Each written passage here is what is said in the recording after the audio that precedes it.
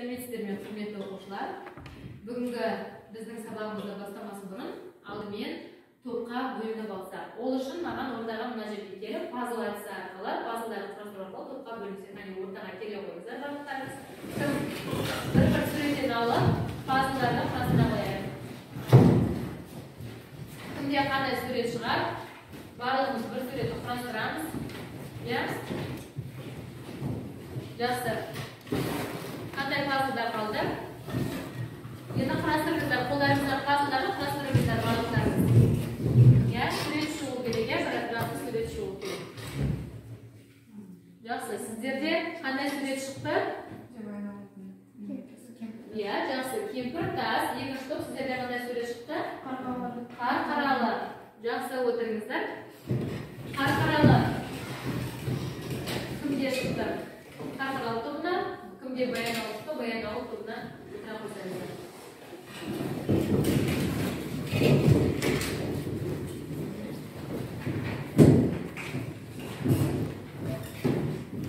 Жақсы, Қарқаралы мен Баянауыл туралы не білесіздер? Бұл біздің Қазақстанның көрікті жерлерінің бірі. Солай ма? Баянауыл қай аймақта орналасқан? Павлодар облысында орналасқан Баянауыл ауданы. Бұл жерде қандай табиғат орындарын білесіздер? Жасыбай көлі, тағы қандай тауларын білесіздер, немесе жер атауларын білесіздер? Баянауылдағы демалыс орындары, Кемпіртас, тағы Торайғыр көлі, тағы қандай көлі білесіздер? Сабынды көлі, солай ма? Қай жерлерге барып көрдіңіздер демалысқа? Баянауыл ауданында. Жасыбай көліне барып демалып көрдіңіздер. Яғни табиғаты тамаша Баянауыл өңірі. Жақсы, енді сіздерге сабақты әрі қарай тақырыпқа шығу үшін мына бір музыканы тыңдасаңыздар. Осы музыка не туралы екенін тыңдап, қазір қандай ән екенін айтасыздар. Осы арқылы тақырыпқа шығамыз.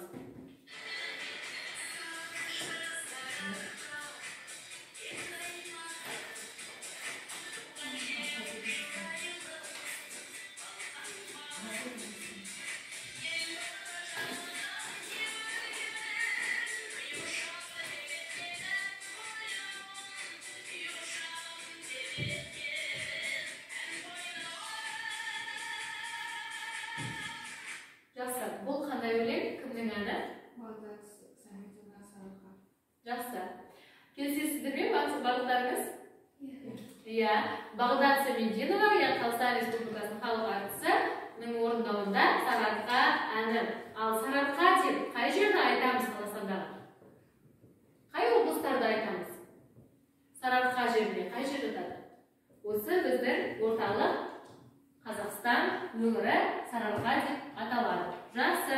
Ал бұл Сарыарқаның бүгінгі біздің тақырыбымызға қандай байланысы бар деп ойлайсыздар? Яғни Мұрат Мөңкеұлының Сарыарқа толғауы. Жақсы. Алдарыңызда сіздерде Сарыарқа толғауы берілген. Қарасаңыздар, оқып, толғаумен таныса отырыңыздар. Бүгінгі біздің сабағымыздың мақсаты мәңгілік ел жалпы қоғамдық құндылығын және тіл мен мәдениетті көтеру және оқушыларға өзіне және айналадағы адамдарға құрмет көрсетуді, табиғатпен және осы тарихпен байланыстыра білу болып табылады. Олай болса, сіздердің алдарыңызда Сарыарқаның жырлану тарихы және оны зерттеген ғалымдар туралы мәліметтер берілген. Осы мәліметтермен таныса отырып, топта оқып, ақылдасып, келесі топқа ақылдың 6 қалпақ әдісі арқылы түсіндіретін боламыз. Сіздерге 2 минут уақыт беріледі. Топта бірлесіп оқып, жұмыс жасай қойсаңыздар.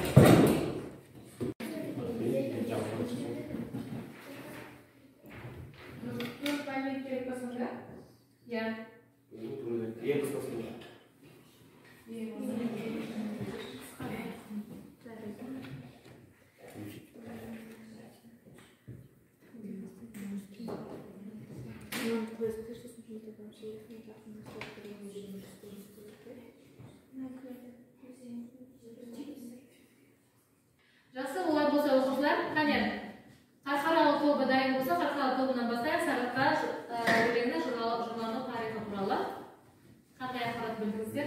1878 1990 жылдары жылында Мұрат жалғыз түйесін жетелеп үй ішіне алып Маңғыстауға келіп, нағашы жұртына паналайды. Жақсы. Әрі қарай? Сөйтіп жүргенде адай елінің үлкен жиыны болады. Адай елінің үлкен жиынға қатысып сарыарқаны жырлайды. Сарыарқа жыры өткен заманды еске алып, сонау Асатқа жылдан бастап ата қоныстың тастап озып, елдің басшылығына әрекеттеніп, ауа көшіп жылы орнының қозғалғандығын ашып. Жақсы.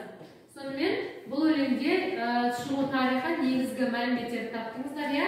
Қай жылы шыққан екен бұл өлең? 1878-79 жылдары Мұрат елінен айырылып нағашысына қарай барған кезде көрген қиыншылығын жырлаған екен. Солай ма? Адай еліне келіп жырлаған. Жақсы. Қарқаралы тобы өте жақсы жауап бердіңіз. Баянауыл тобы қане? Сіздерге ортасында. Мұхаммедұлының аталмыш хрестоматиясына Мұрат ақынның Сарыарқа деген өлеңі кіреді. Жақсы.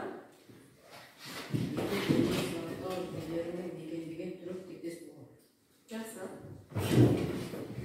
Қазақ даласының ресей құрамына өте бастаған тұсындағы заман өзгерістердің ұлттық мүдде тоғысын сынаған. 1824 жылы қазақ даласына ресей патшалығы әкімшілік жүйені енгізіп, хандар билігін жойып тастаған. Жақсы. Демек, бұл шығармада сол отаршылдық кезеңдегі қазақ елінің тарихы суреттеледі екен. Олай болса, осы жұмыс үшін өзімізді бағалау үшін, яғни Қарқаралы тобы, Баянауыл тобының мәліметін өте жақсы деп қабылдасаңыздар, қолдарыңыздағы мына бас бармақтарды көтерсеңіздер. Жақсы. Ал Баянауыл тобы, сіздер Қарқаралы тобына қандай баға бересіздер? Жақсы.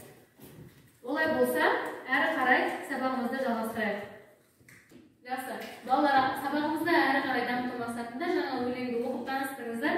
Сол бойынша енді сұрақ қою арқылы өздеріңізді осы тақырыпты әрі қарай аяқтайтын боламыз. Міне, бірінші Баянауыл тобына мына сурет беріледі. Сарыарқа табиғаты. Екінші топқа қазақ батырларының тарихы суреті беріледі. Осы суреттерге қарап отырып, ой толғайсыздар. Қазір өздеріңіз қысқаша ой толғап, пікірлеріңізді білдіре қойсаңыздар. Баянауыл тобы қазақ батырларының тарихы, Қарқаралы тобы Сарыарқа табиғаты туралы.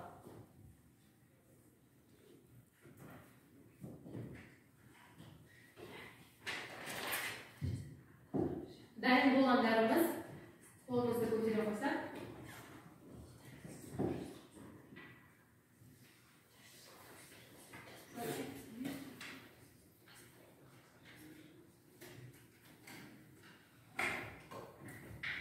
Жастар, дайынсыз ба? Қарқаралы тобы, олай бұл Сарыарқа табиғаты туралы өздеріңіздің пікірлеріңізді білдірсеңіздер. Құмға жасыл желекті су мөлдір, жерді таулы аймақ болып келеді. Жақсы. Баянауыл тобы қазақ батырлары туралы. Қазақ батырлары қазақ жерінің тәуелсіздігі үшін көп күрескен, көптеген қиындықтардан өткен, өздерінің қасыққан алғашқы осы тәуелсіздік үшін күресіп, келешек ұрпақ үшін тәуелсіздікті алып, ұрпақтарымыз дамысын деп біз үшін жеңіске жеткен. Жақсы, рахмет. Яғни, қорытындылайтын болсақ, осы Сарыарқа толғауында біздің қазақ батырларының тарихы, сонымен қатар Сарыарқа жеріндегі өзен, су, тау, жер су атаулары берілген. Және осы жерлерді мекендеген ру елдердің аты жөндері, ол жердегі батырлардың аттары толық берілген болатын. Енді сіздерге үйге мынандай тапсырма. Осы Мұрат Мөңкеұлының Сарыарқа өлеңіндегі жер су атаулары туралы қосымша мәлімет жинақтап келу.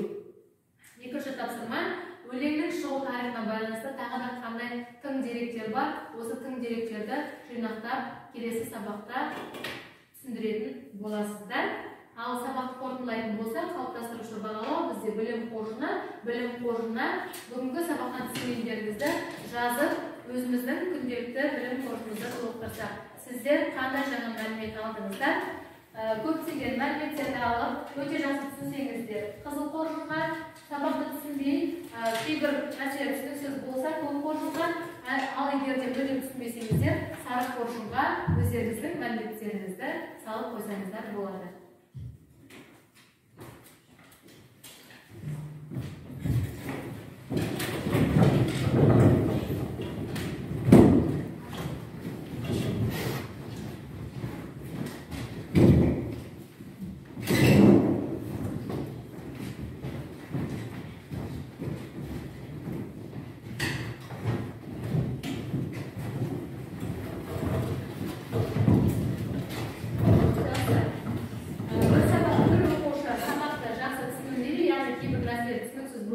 Келесі сабақта оқушылардың тың деректерді әкелу арқылы толығырақ түсініп аласыз деген ойдамыз.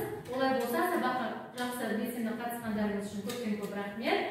Өздеріңізді тағы да бір бағалап өтейік. Ол үшін шапалақ арқылы өзімізді